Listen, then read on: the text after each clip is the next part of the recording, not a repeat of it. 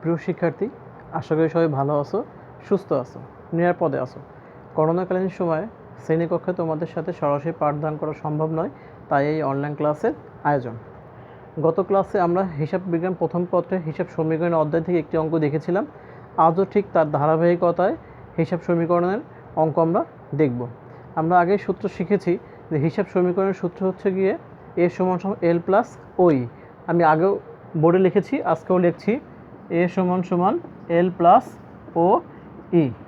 অর্থাৎ এতে হয় অ্যাসেট, বাংলা অর্থ হচ্ছে সম্পদ, এলে হচ্ছে লাইবিলিটিস, বাংলা অর্থ হচ্ছে গিয়ে দায়, ও ই ইংলিশ শব্দ, ওর ফুল মিনিংটা হচ্ছে ওনার সিকিউরিটি, বাংলা হচ্ছে গিয়ে মালিকানা সত্ত্ব।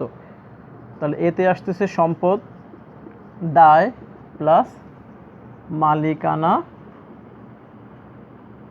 সত্ত্ব। আচ্ছা, আজ আমরা হিসাব সমীকরণের অঙ্কটা মুখে মুখে করে বোর্ডে উপস্থাপন করব। ধরা যাক 2020 সালে জনাব রহিম নগদ 1 লক্ষ টাকা, আসবাবপত্র 10,000 টাকা এবং 2,000 টাকা ঋণ নিয়ে ব্যবসা আরম্ভ করলো। তাহলে আমি কথাটা কি বললাম? 2020 সালে জনাব রহিম নগদ 20,000 টাকা, আসবাবপত্র 5,000 টাকা এবং ঋণ 2,000 টাকা নিয়ে ব্যবসা আরম্ভ করলো। তাহলে দেখা যাচ্ছে 2020 সালে জনাব রহিম নগদ 20,000 টাকা, আসবাবপত্র 5,000 টাকা এবং ঋণ 2,000 টাকা নিয়ে ব্যবসা আরম্ভ করলো। তাহলে এই লেনদেনটা হিসাব সমীকরণে কোথায় কোথায় বসবে? নগদের ঘরে বসবে 20,000, আসবাবপত্রের ঘরে বসবে হচ্ছে গিয়ে 5,000 আর দায় পাশে ঋণের ঘর হচ্ছে 2,000। স্বাভাবিক দৃষ্টিকোণ থেকে দেখা যায় নগদের ঘরে বসছে কত? 20,000। কিন্তু না, নগদে 20,000 টাকা বসবে না। কেন নগদে 20,000 টাকা বসবে না? নগদে বসবে হচ্ছে 22,000 টাকা। এখানে একটু বোঝার বিষয় আছে যে আমার কাছে নগদ ছিল কত? অবশ্যই 20,000 টাকা। যেহেতু আমার কাছে নগদ ছিল 20,000 টাকা, আমি ঋণ গ্রহণ করছি কত? 2,000 টাকা। তাহলে 20,000 টাকা তো অলরেডি আমার কাছে ছিল, আর আমি ধার করছি, ঋণ করছি কত? 2,000 টাকা। তাহলে মোট হলো কত? 22,000 টাকা। এই হচ্ছে কি আমার ঋণ সহ নগদ 22,000, আসবাবপত্র 5,000 আর ঋণে কত? 2,000। আর একটা ঘর আছে মূলধন। মূলধনে বসবে কত? এই 22 আর 5 কত? 27। 27,000 থেকে 2,000 বাদ দিলে 25,000 টাকা। এই হচ্ছে কি আমাদের সম্পদ পাশে 27,000 টাকা এবং ঋণ এবং দায় পাশেও 27,000 টাকা। তাহলে প্রথম লেনদেনটা আমরা দেখলাম, এটা আমরা মুছে দিচ্ছি।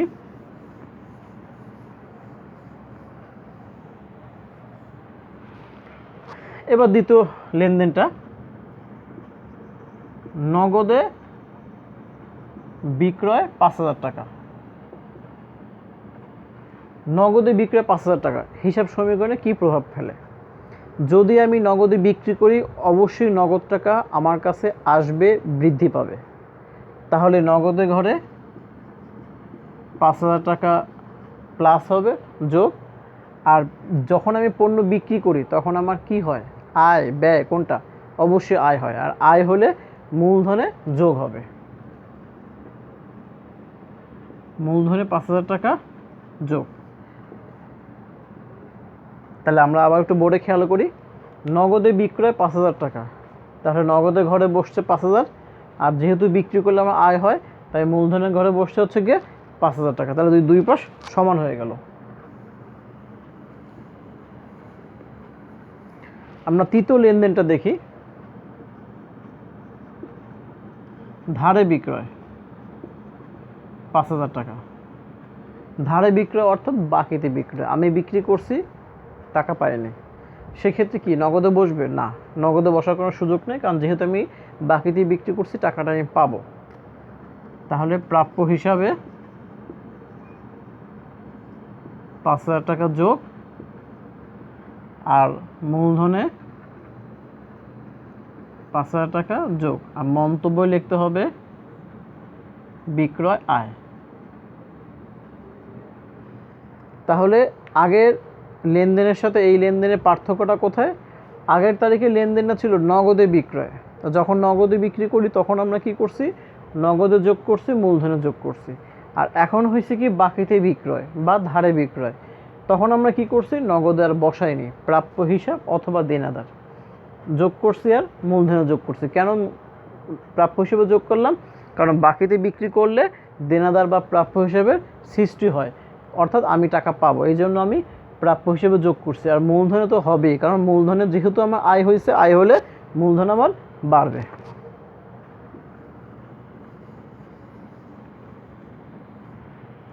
পরবর্তী লেনদেন নগদে ক্রয় 2,000 টাকা। যদি নগদে ক্রয় করা হয় তাহলে কি হয়? নগদ টাকা বৃদ্ধি পায় না হ্রাস হয়? অবশ্যই নগদ টাকার হ্রাস হয়। তাহলে নগদের ঘরে 2,000 টাকা মাইনাস, এই ব্র্যাকেট দেওয়ার অর্থ হচ্ছে কি মাইনাস। যদি কেউ ব্র্যাকেট না দেয় মাইনাস চিহ্ন দেয় তাও হবে, বিয়োগ চিহ্ন দিলেও হবে। আর মূলধনে 2,000 টাকা মাইনাস, মন্তব্যে ক্রয়, অথবা অনেকে ব্যয়ও লেখে। আচ্ছা, তাহলে যদি আমি নগদে পণ্য ক্রয় করি তাহলে আমার নগদ থেকে মাইনাস হবে, কারণ নগদ টাকার পরিমাণ কি হ্রাস পাওয়া যাবে। আর মূলধন থেকে মাইনাস হবে। কেন মূলধন থেকে মাইনাস হবে? পণ্য ক্রয় করলে ব্যয় হয়, মূলধনের সাথে আয় হলে যোগ হবে, ব্যয় হলে বিয়োগ হবে, আর পণ্য উত্তোলন হলে বিয়োগ হবে। আমি আবারও বলছি, মূলধনে আয় হলে যোগ হবে, ব্যয় হলে বিয়োগ হবে, আর উত্তোলন হলে বিয়োগ হবে। আচ্ছা, এটা থাকলো। এবার ধরি ধারে বিক্রয়, ধারে ক্রয় 2,000 টাকা।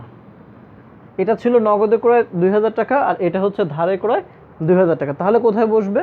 অবশ্যই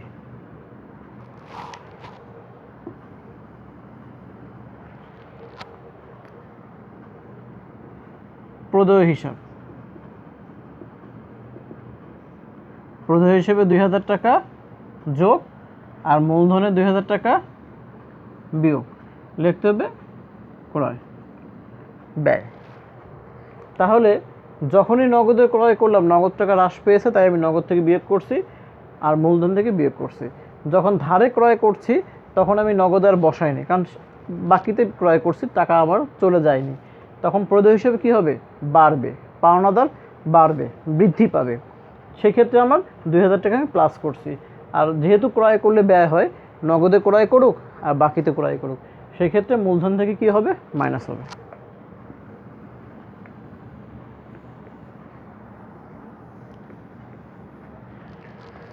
পরের লেনদেন নগদে সেবা প্রদান করে টাকা পাওয়া গেল। সেবা বাবদ নগদ টাকা প্রাপ্তি, সেবা বাবদ নগদ প্রাপ্তি 5,000 টাকা দেই। অর্থাৎ আমি সেবা প্রদান করছি, করে আমি 5,000 টাকা পাইছি। তাহলে আমি সেবা দিয়ে যদি 5,000 টাকা পাই তাহলে টাকা কি আমার আসবে না চলে যাবে? অবশ্যই টাকা বৃদ্ধি পাবে, নগদ টাকা বৃদ্ধি পাবে।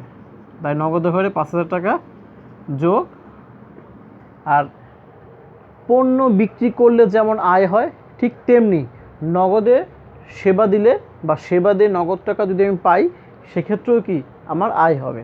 তাহলে মূলধনে 5,000 টাকা যোগ, মন্তব্য ঘরে হচ্ছে সেবা আয়।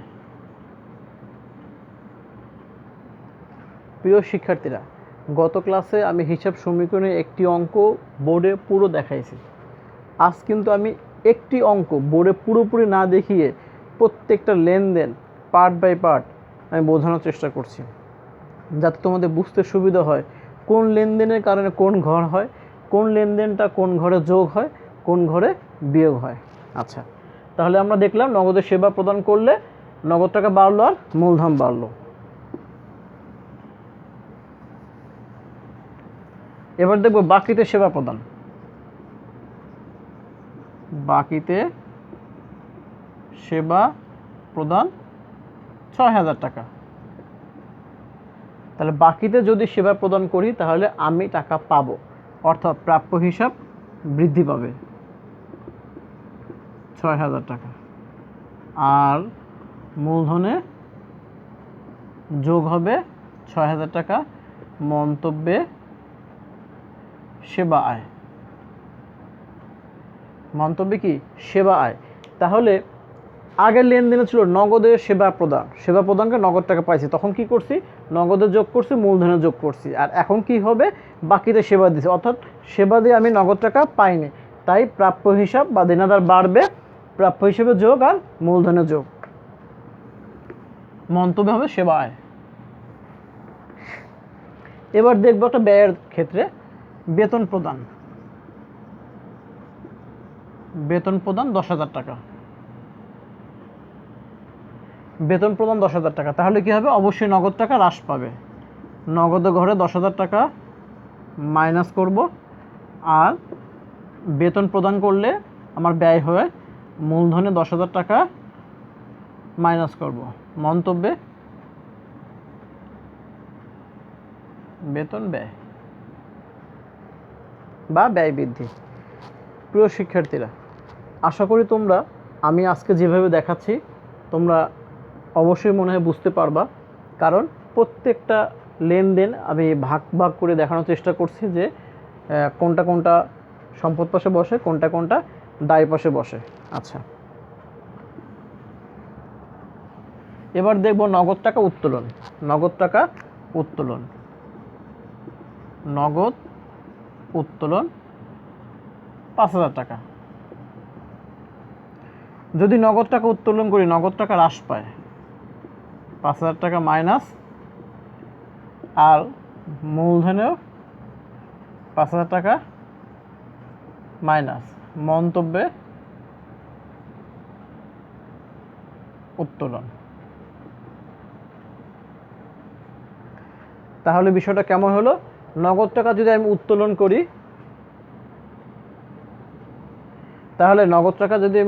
তাহলে নগদ টাকা পরিমাণ কি হবে?